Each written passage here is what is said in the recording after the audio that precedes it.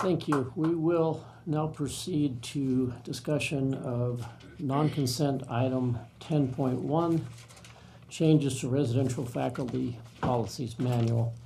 I will share with the audience comments that I shared as far as procedure with the board prior to our meeting. I have been contacted by a few members of the board indicating that they are considering amendments to this resolution. I've not seen the amendments nor discussed them with anyone. I don't know which members have them, but I'm going to begin on my far right with Mr. Bartning, and then we'll proceed to my immediate right, then I'll go to my far left and come back to my left. Any amendments that anyone has, they can make the motion, hand it out to the members. We'll take a few minutes to read it, see if a second is available. If there is, we'll then discuss the motion for the amendment and then vote on it. That sound okay? Mr. Bartning. Don't you need a motion on the resolution first? Do we need a motion? Yeah, move the Okay. resolution. I'm told we need a motion on the original resolution first. Since I'm the one that brought it forward, I will motion to approve the original resolution. If I can get a second, and then we'll move to amendments. Second. We have a second. We'll now move to potential amendments. Mr. Bartning, do you have a proposed amendment? Thank you, President Hendricks. I do have a proposed amendment as well as a substitute resolution. Do you want me to just pass? Should we look at the amendment first? Let's take the amendment first. Okay.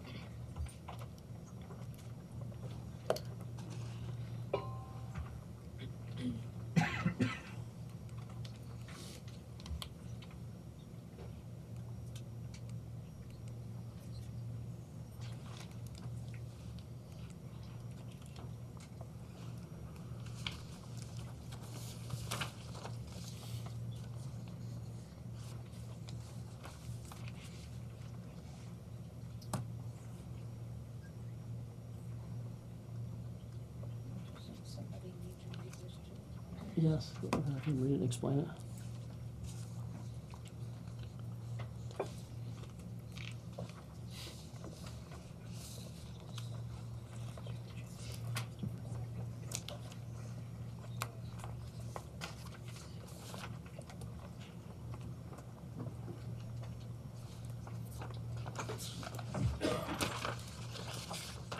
Mr. Bartning, do you want to read your resolution and maybe explain it as you go through? I'm frankly having trouble understanding where the wording's being changed at exactly. Sure.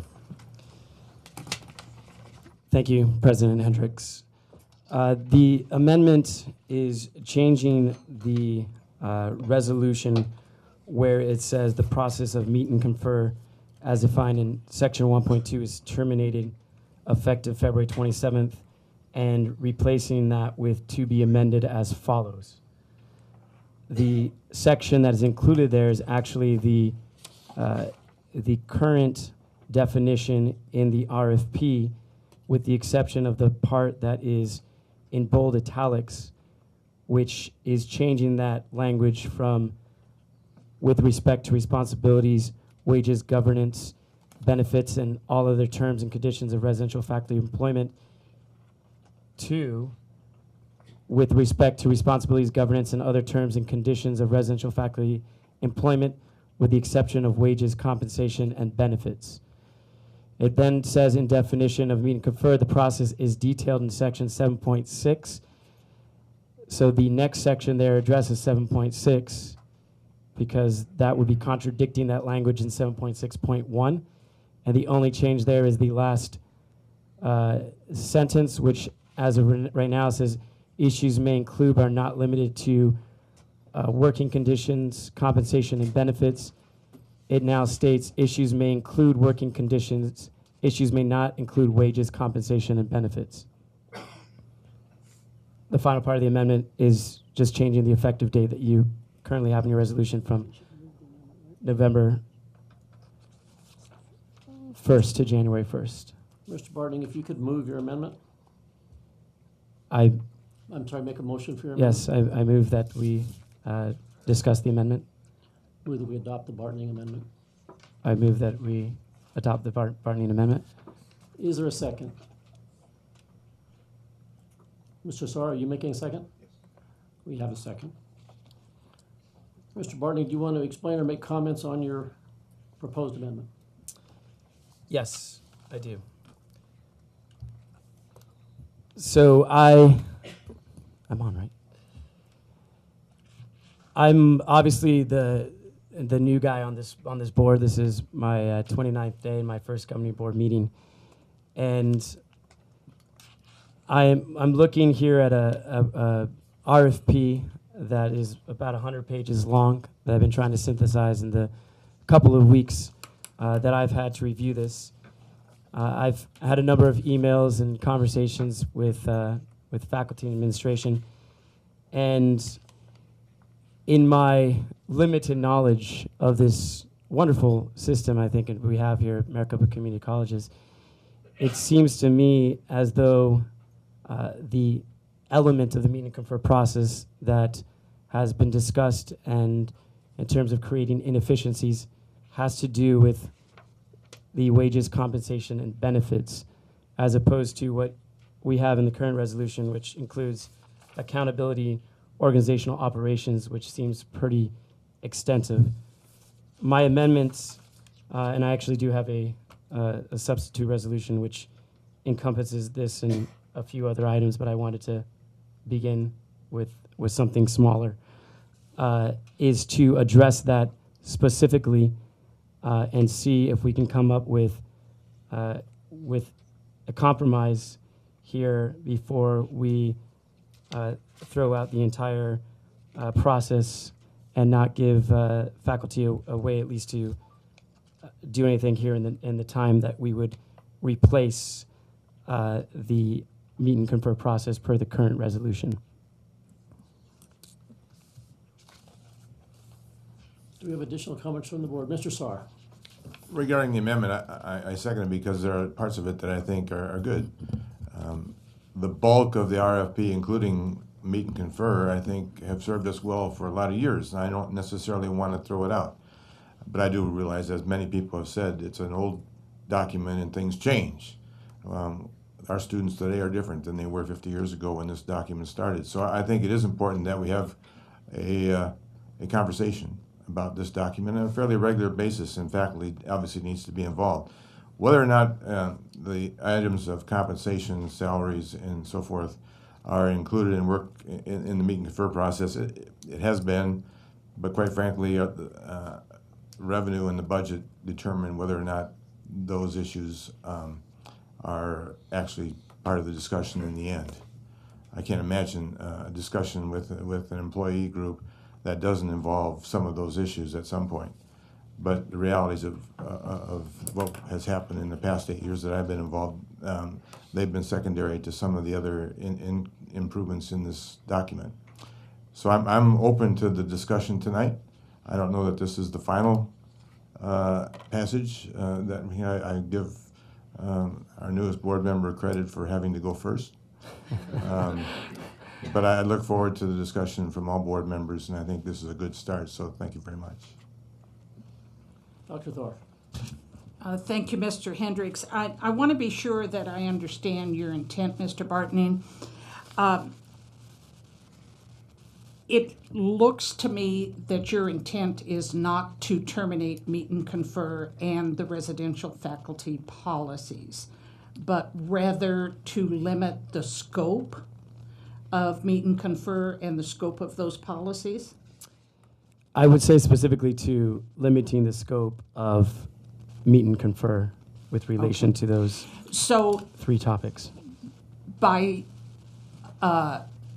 suggesting changes to the definition of meet and confer and the process of meet and confer, are you suggesting that the parts of the resolution that numbers 1 and 2 that eliminate the process and call for the chancellor to present new faculty policies is no longer part of the motion.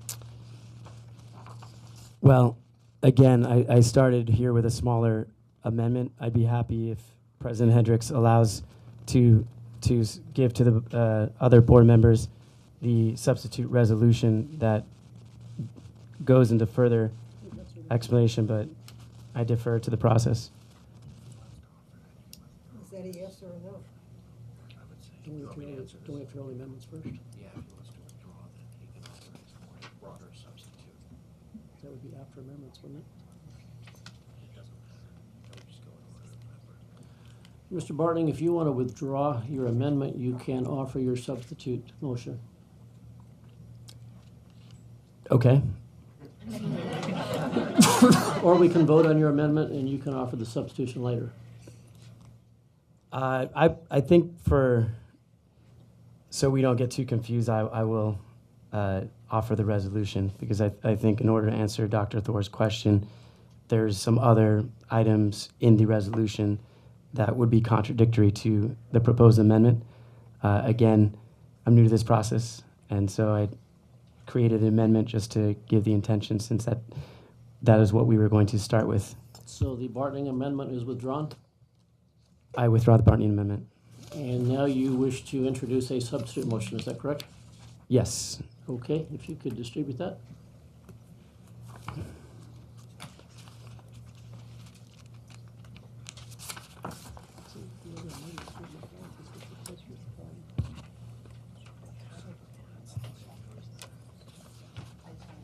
So I move that we discuss the Bartning substitute resolution. You move that we approve the Bartling substitute resolution. I move that we approve the Bartning substitute resolution. Thank you. Let's read it and see if we have a second.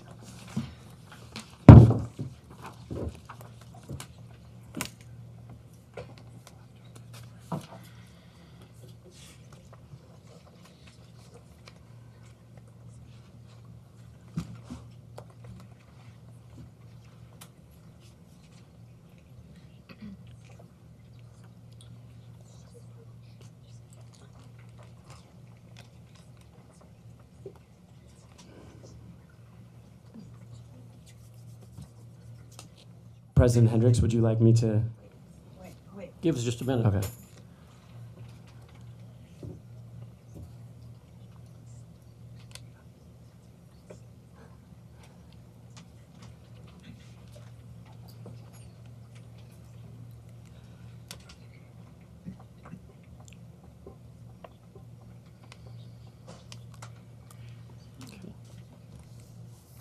Are we ready to move forward? Do we have a second? Second. Mr. Saar seconds it. Mr. Bartling, if you want to explain your resolution? Thank you, President Hendricks.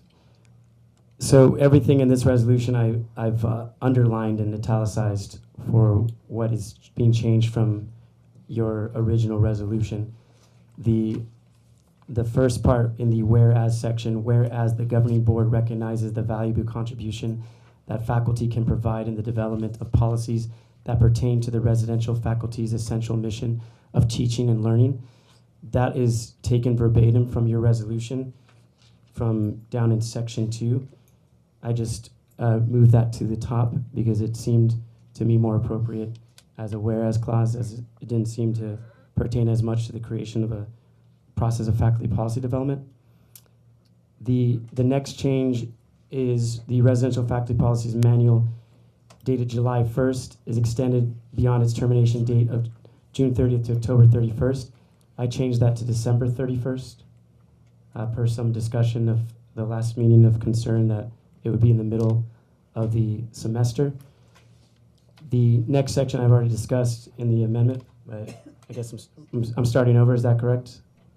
Yes. Okay, so there again, it refers to the process of meet and confer as defined in section 1.2 is to be amended as follows, effective February 27th, 2018. And again, that change in the meet and confer definition is with respect to responsibilities, governance, and other terms and conditions of residential faculty employment with the exception of wages, compensation, and benefits. moving forward as the process is detailed in section 7.6. That is to be amended as follows. Issues may include working conditions. Issues may not include wages, compensation, and benefits. Moving beyond that, as there has been discussion expressed about the amount of time that is consumed for this process, that change is simply changing it from a minimum of twice a month to a minimum of once a month from September to April. As the next line says, the schedule may be modified upon mutual consent of the team members, which seems as though they have the power to already change that anyway. The next paragraph is the same paragraph that you have in relation to the chancellor. The only thing I changed in that paragraph is that it may become effective January 1st, 2019 versus November 1st, 2018. Below that, where it says elimination of the process of meet and confer, the language just follows in accordance with the amendment of the meet and confer process as defined above in the current residential faculty policies manual. Number 2 speaks to a creation of a new process of faculty policy development related to wages, compensation, and benefits that recognizes the governing board as the final approval authority, and that would be directed by the chancellor, again, per your original resolution language. And the last item simply states a date and effect, because I don't see that on this current resolution, stating that the new RFP shall be in effect from January 1st, 2019 to June 30th, 2020. Thank you. Do we have questions and comments from the board? Sure. Mr. Sark. Good job, first of all, for a newbie on this board. I want to keep saying that. I always want to make one recommendation, that this not be an RFP, that this be an agreement, which would change it to an RFA. I've said that for 8 years, and I'll continue to say that until I die. But having said that, I think we make some good points in here. My only concern is the length of time that we're going to be giving this group to work on this, because 8 years of experience here shows that if you're going to give somebody a time, they're going to use it all. And my feeling is that we have some pretty intelligent people. We're going to work on this, and to take the amount of time that you're talking about here just seems to be way over necessary. I would rather see a group get together for an entire day and not have to relearn what you talked about the last time before you come back to discussion again. So I don't know what the board would agree on for a time frame, or what actually the faculty would agree on for a time frame, but I just think we can do a better job than this of meeting for all the time that's been given in this. I think it's imperative that the group that is put together on this get her done. Any further comments or questions from the board? I just want to understand what the next steps are here. Are you entertaining amendments from everyone before there's a vote, or are We we? would vote on the substitution, and then we'll go through the rest of the amendments. Is that correct?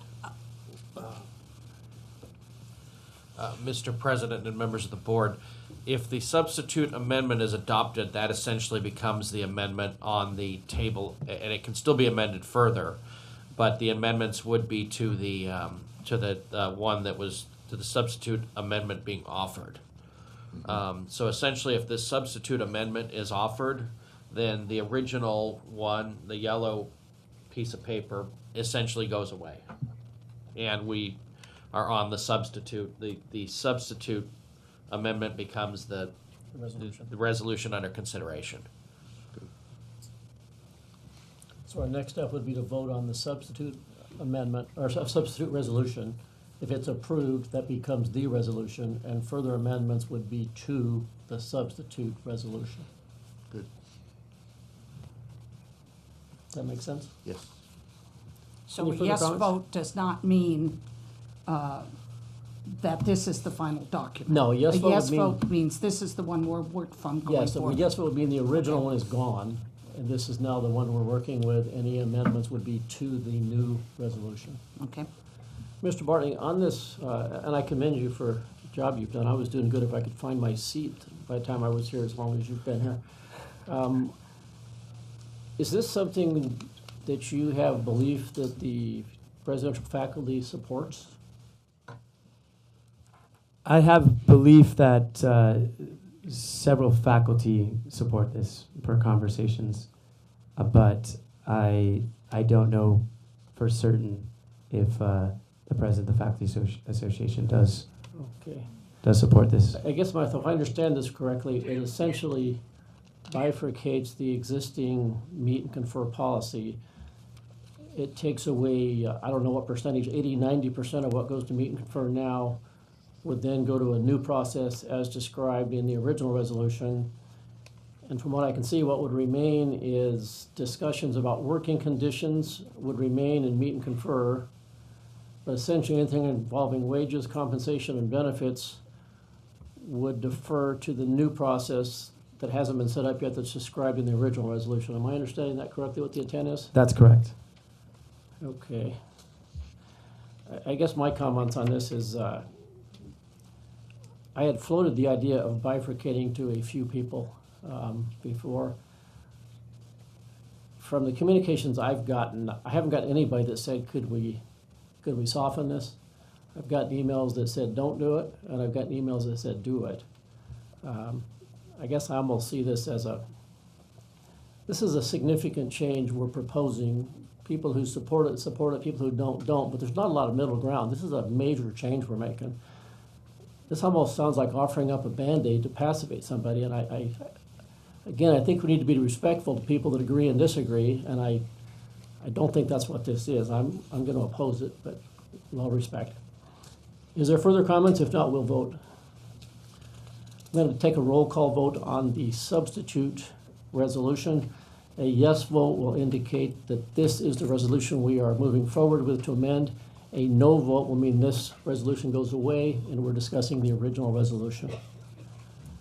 Dr. Thor, how do you vote? Yes. Ms. Haber? No. Mr. Sarr? Yes. Ms. McGrath? Nay.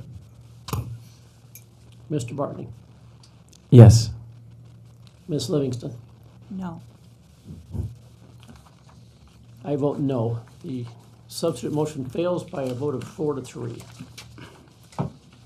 Mrs. McGrath, do you have any amendments or substitute motions? No, sir, I did not. Thank you. Mrs. Haber, do you have any amendments or substitute motions? No, I do not. Thank you. Mr. Sarr, do you have any amendments or substitute motions? Well, first of all, I want to change the name from the residential faculty policy to residential faculty agreement. The only policies that we have in this district are board policies. This is an agreement, not a policy. So I would make that amendment as my first. If you want to vote on that separately, I would acquiesce to that. It's up to you as to what amendment you're making. If you're making an amendment with more than one change, then it'll be one amendment. If you want to make that amendment. I'll make that one first, and then I'll come back with a second amendment. So your amendment is, just so I understand correctly, you're going to change anywhere that it says residential faculty policy to say residential faculty agreement. That is my motion. Okay, do we have a second? I second.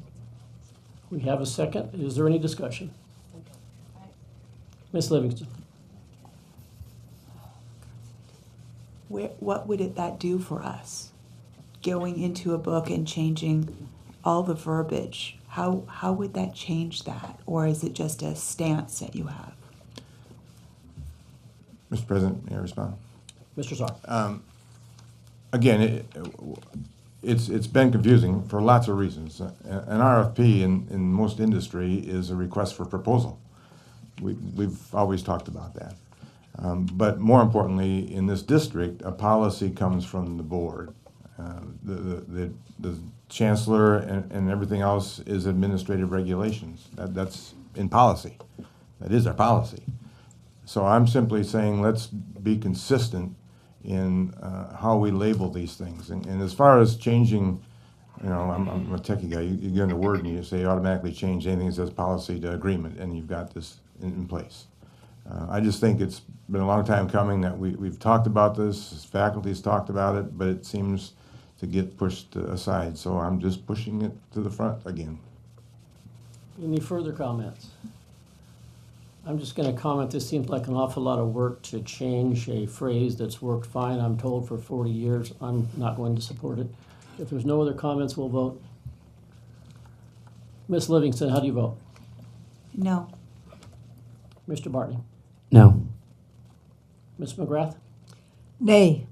Mrs. Haber? Nay. Dr. Thor? Yes. Mr. Sarr? Yes. I'll vote no. The amendment fails. Mr. Sarr, you had a second amendment? Yes, in the original yellow document, I would just like to further define the makeup of this committee that the chancellor is to put together and the time frame in which they have to work. I agree with Dr. Bartles, or Mr. Bartles' points that in changing things in the middle of a semester. I think you mean Mr. Bartney. What's that? I believe you mean Mr. Bartney. I'm sorry. I'll get it yet. There's some reasons for better timing on this. So I would suggest that, number one, the dates that have been proposed earlier are included into this yellow sheet, and that the makeup of the committee that the chancellor is going to put together is limited to, I'll say, 3 members from the faculty and 3 members from the administration. And the time frame that they're going to work on is what has been proposed in the yellow document.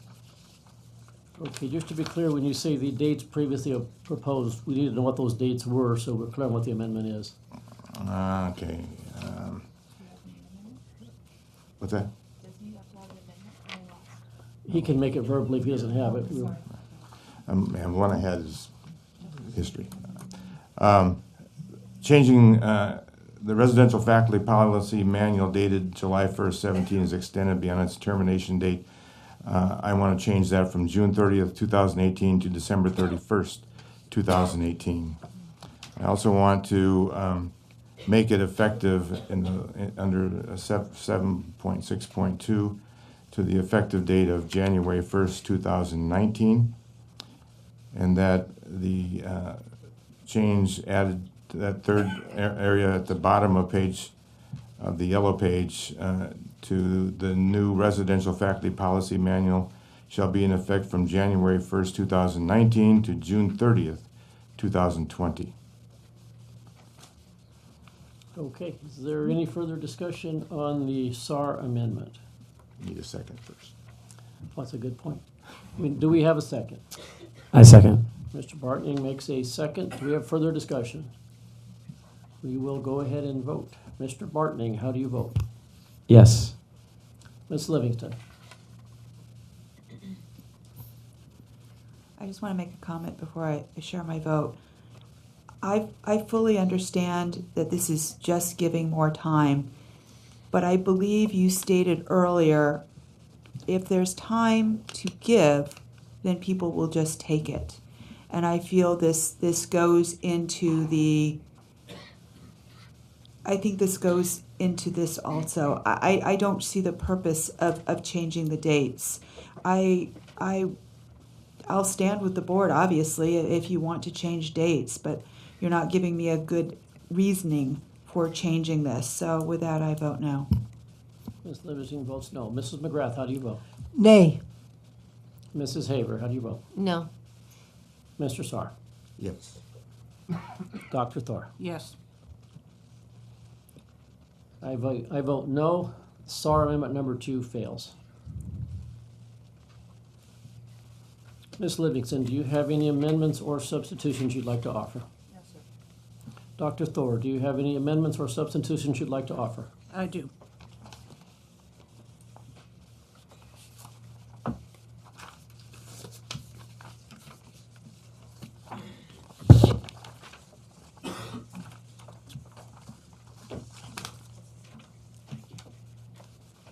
First, Mr. President, I'd like to explain myself. Dr. Thor, please proceed. I support the faculty, I support meet and confer, I support the residential faculty policies. However, given that I do not know how the vote is going to turn out on this resolution, I would like to offer these amendments, again related to the date. As I commented last week at the meeting, to abruptly end meet and confer as of February 27th and not convene a new process until July 1 leaves us in limbo. So at a minimum, we should extend meet and confer through June 30th of 2018 to allow for the development of a new process. Additionally, it makes no sense to me to change faculty policies 2/3 of the way into a semester. So we're asking faculty to start classes in August under one set of working conditions and policies, and then be prepared to change November 1.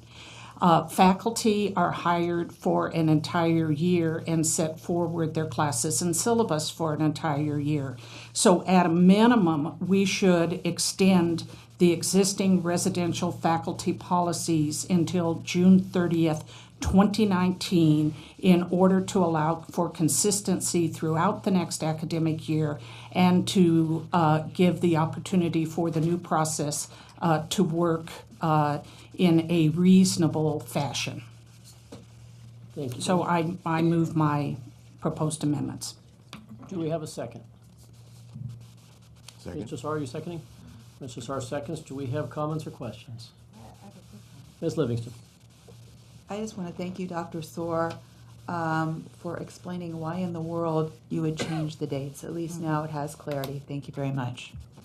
Any further questions or comments? We will proceed with voting on the Thor amendment. Mr. Sarr, how do you vote? Aye.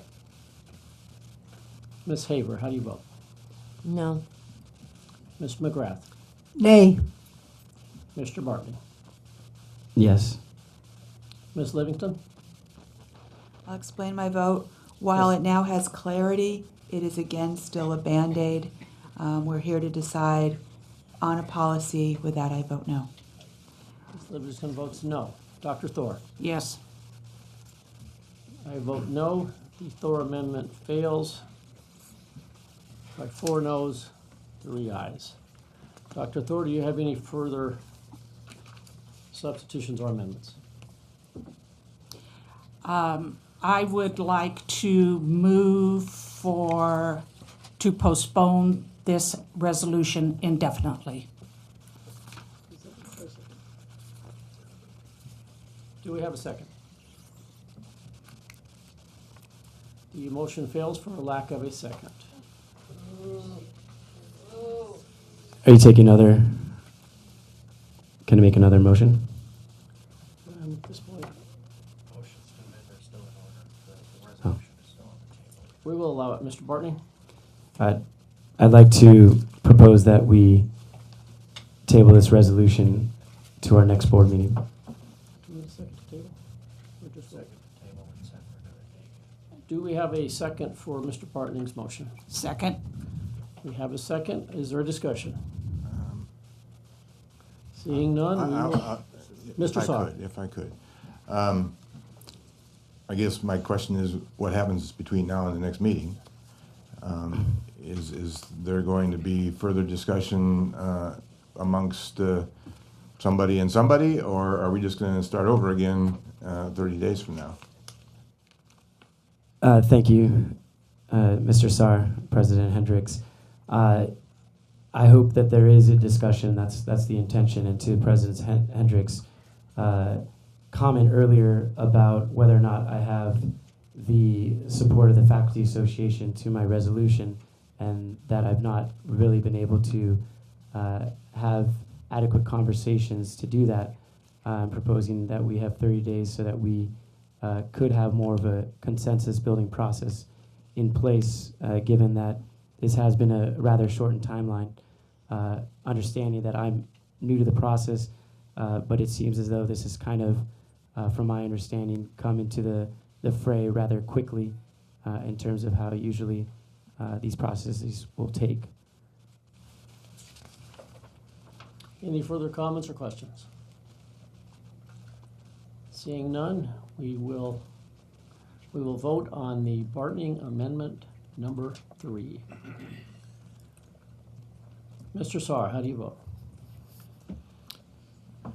If I could explain my vote, I just, if there are more specifics about what was going to happen and who was going to be involved between now and 30 days from now, I get the discussion, but I see this as having the ability to work if the right people are appointed to this group that's going to work on a new language for the meet and confer, so I'll vote no.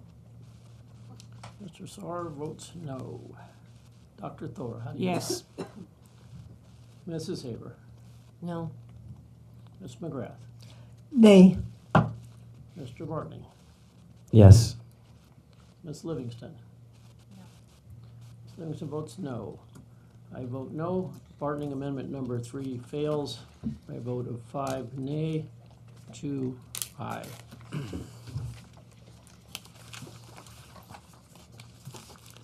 Pass those 3. I'm going to pass my own amendment now to my own resolution.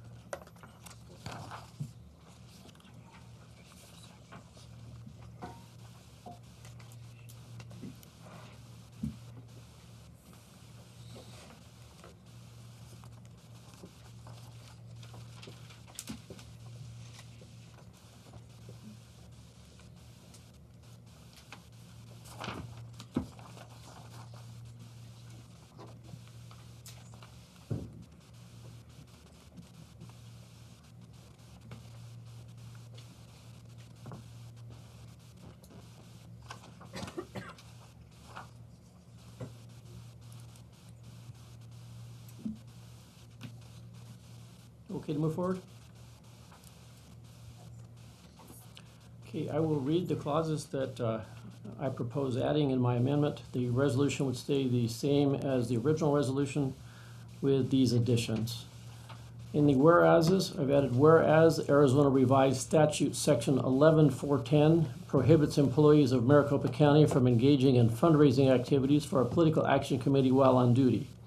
Whereas the governing board does not oppose labor organization membership of employees as such membership is their right and in no way affects their employment relationship, but the board as a public employer functioning under the provisions of ARS 151444 does not have legal authority to recognize a labor organization as the employee's agent for purposes of collective bargaining.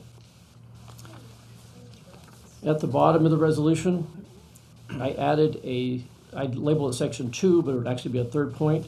The point is the elimination of all paid release time for any member of the Faculty Executive Council and for any employee of Maricopa Community College District that currently participates in the meet and confer process to be effective February 27th, 2018. And the effective date I added because I didn't type it. I will motion to move that my own amendment be approved. Can I get a second? Second. Motion is seconded. We will open it for discussion. I will open the discussion of my own amendment by describing my reasoning for the amendment. First of all, the Arizona Revised Statute that I referred to, ARS Section 11-410. I'd like to read that so the members of the board and the members of the public are aware of what it says. It says, a county shall not spend or use its resources, including the use or expenditure of monies, accounts, credit, facilities, vehicles, postage, telecommunications, computer hardware, and software, web pages, personnel, equipment, materials, buildings, or any other thing of value for the purpose of influencing the outcome of elections. From that, I'd like to read from an email that was distributed by the Faculty Association. I'm just going to read a few sections in it. As one paragraph reads, therefore, as chairperson of the Maricopa College's Faculty Association Political Action Committee, I'm announcing our plan to raise $500,000 by June 1st of this year to support candidates for the governing board who share our student-centered values of higher education. Skipping from that one, I'm reading from another email that was distributed. I'll read one paragraph from the email from a member of the Faculty Association. Paragraph reads, the board and the chancellor have unilaterally decided to do away with the residential faculty policies, quotation, RFP. This means they can revoke our tenure, dismantle our faculty association, quotation, our union, comma, and we no longer have shared governance. From these, it appears that the faculty association either inadvertently or truly believes themselves to be a union. It wasn't a misstatement, it was quotations clarifying if anyone thought it was not a union. It specifically stated that it is a union. As such, I can't see that we can legally continue to pay representatives that are fundraising for the purpose of placing money into political action committees. It would be a violation of public policy. Therefore, my proposed amendment. I'll open for discussion or questions. Seeing none, we will proceed to vote on the Hendricks amendment to the resolution. Dr. Thor, how do you vote? No. Mr. Saar? Nay. Mrs. Haber? Yes. Ms. McGrath? Yay. Mr. Bartning? Yes. Mr. Bartning votes yes. Ms. Livingston? Wait, which one was this? We're voting just We're voting on the Hendricks resolution. the whole I'm sorry, the Hendricks amendment to the Amendments. resolution. all of them? Yeah. Yes. Ms. Livingston votes yes. I vote aye. The Hendricks amendment to the resolution passes by a vote of 5-2. We, President Hendricks, yes, sir. just one comment. Is that the correct spelling on item 2? Looks like this. Is that council? No, it's not. No, it's not. I'm sure they'll figure that out when they make the change, but we'll be fine there. We will now move to the original resolution as amended by the Hendricks amendment. Can I get a motion? I will move my own amendment. I move that we approve the resolution described by item 10.1, amended by the Hendricks amendment that we just approved. Second. Motion is seconded. We will open it for discussion of the resolution as amended. Mrs. Livingston. I received some emails that were interesting, and I'm not going to read them all. That would bore you. You know what you stated. But something that stuck with me throughout all the emails. In one email they stated, well, I'm not very intelligent. Well, I guess none of us are. And you don't know what you're talking about. Well, this person does. You see, I'm a teacher. And not only that, I taught in a district that had meet and confer. It didn't work. It didn't work at all. No one got anything different. There was nothing different to share. And you know what? We spent hundreds of thousands and millions of dollars on people just like yourselves getting release time to work on things that, quite frankly, were illegal on campus. Now, let me take you from one experience to another. I sat on another school board, Peoria Unified. And the first 2 or 3 votes in, I was asked to share my story about Deer Valley and how meet and confer only lengthened our times for decision, caused us quite a bit of money as a district, but didn't do anything for the employees. Not one thing. It made us feel good, but it didn't do anything. Now, I've never belonged to a group, a union-like group, and I say union, don't shoot me, just a group. It's never been my philosophy. but I'm a teacher, and I understood what those in the group were fighting for. But guess what? They never got it. Either money wasn't there, conditions weren't there, the bigger picture wasn't there. And that's the truth. In Peoria, I sat there and I looked, I had quite a conversation with those that were coming up and chatting about it. Different philosophy than here as ability to communicate with those in the audience. And with each speaker, I asked them what question. What do you think will change? Our doors in Peoria are open, and they are, and they are still, they were, and they are still today. What do you think will change? And the answer that came from a dais, which also came in your emails, is that we will have legal recourse. It was said at the dais at Peoria, and it was said in the emails to me, the many emails to me, legal recourse. I can't stand behind a policy that allows you one thing, to sue, to demand. You have the greatest job in the world. You get up every morning and teach. But I look out and I see long faces, sullen faces, and you look at us like we're villains. We need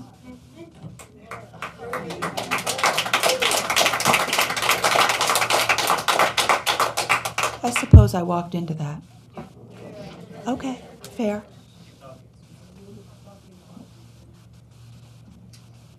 Fair. This policy has been around for 40 years.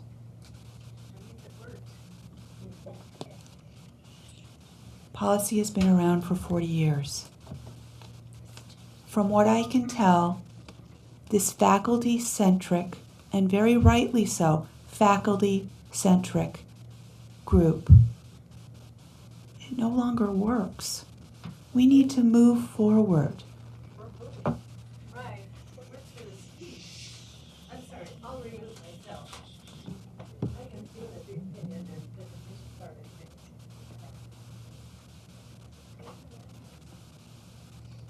I haven't given my vote, nor is anybody else right now. But we have to look beyond your safety, security, or legal rights. We have to look beyond that. And quite frankly, I read every email, every single email, and I could not find one area that it helps the students, because if I could, my vote would not be the same as it is tonight. I saw security, I saw legal options, and I saw pay, I saw everything that doesn't deal with working with students. Nothing. This vote tonight is tough. But we're not villains. We do care. And I, for one, my heart breaks for you because you do see us on the other end as just a villain. Or your hero, whichever way we vote. Anyway, it's all good.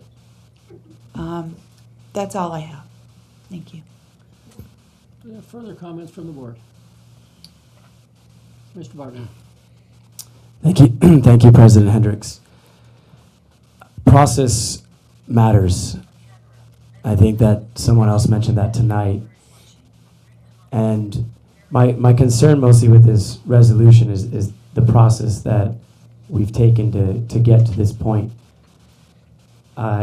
It seems like there are pretty valid reasons for why the board wants this process, and I haven't been privy to all of those reasons as I'm so new to the board. But I can only comment on the process that I have perceived here in the last week, which seems as though it's not giving a chance for further discussion on this topic. For a manual that has been in effect, as you said, for 40 years. And I understand that eliminating the meet and confer process doesn't eliminate the RFP per se, but it doesn't seem as though it's been done with a substantive analysis, and that's what concerns me at this point. So I think, again, my substitute resolution was attempting to address the conversation around collective bargaining, even though that doesn't apply 'cause it's not a union, that particular discussion, which is why I presented that. I know that changes may be necessary at a time, and 40 years, maybe we've arrived at that point. It just seems as though we should respect the process and make sure that there is morale across the institution, because I think ultimately the institution will be impacted by this. And really, if we can have every party on board with what we do, and if we can't, at least we give it a process to find out if we can't get there. Again, I don't know what's already been done, but it seems as though there's still some time to try something and get some more consensus, since we seem to carry the power of changing this in any number of ways. Thank you for your time. Thank you, Mr. Bartney. Do we have any further comments? Chancellor Harper-Marinick, would you prefer to comment now, or would you prefer to wait till after the vote? Are you asking me to make general comments or to comment on the resolution? I'm just thinking if you want to make any kind of comment, I'm guessing when this vote is done, whether it goes up or down, the majority of our audience is probably going to leave. If you wanted to make comments, you might want to make them I before will. we vote, but if Thank you'd rather you. we vote first. I will do it right now. Okay. Thank you, Mr. Hendricks and members of the board. I'll be brief, and I will not comment on the resolution itself. I just want to remind all of us that faculty members play a critical role in helping this institution fulfill its mission of access and service to the community. If we don't have faculty, we wouldn't have students, and so there's no business. Faculty members, I want you to know that I'm speaking on behalf of the administration, that we value and we respect you.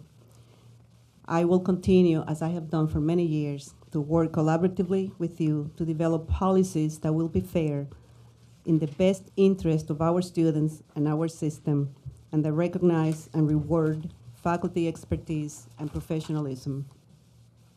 I have said this before, maybe twice now. I will repeat myself.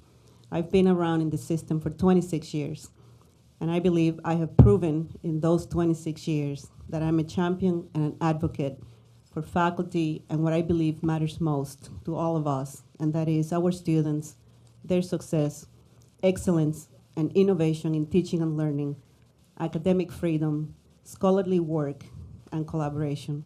And I remain committed to those values. And while I will not give an opinion on the resolution because I will be out of place, Mr. Hendricks, I do hope that the governing board allows me the flexibility to put a process in place that will include timelines that will not be disruptive to the learning environment, because that is what would be best for this district. So I thank you for allowing me to make comments. Thank you, Chancellor. We will proceed with voting on the resolution pertaining to agenda item 10.1 as amended by the Hendricks amendment. Dr. Thor, how do you vote? May I explain my vote? Yes, Dr. Thor, please do. The Maricopa Community Colleges are one of the premier college districts of this country, and it is our outstanding faculty that made us a premier district. What this board is about to do is shameful, and this is a very dark day in Maricopa history and very disrespectful of the outstanding professionals in front of us. I vote no.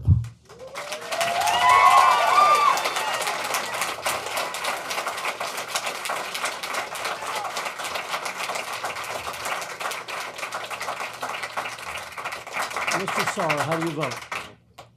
Mr. Sarr votes no. Mrs. Haber? I vote yes. Yes for Mrs. Haber. Mrs. McGrath? Yay. Mr. Bartning? No. Mr. Bartning votes no. Ms. Livingston? Yes. Ms. Livingston vote yes. I vote yes. The resolution passes by a vote of 4-3 as amended.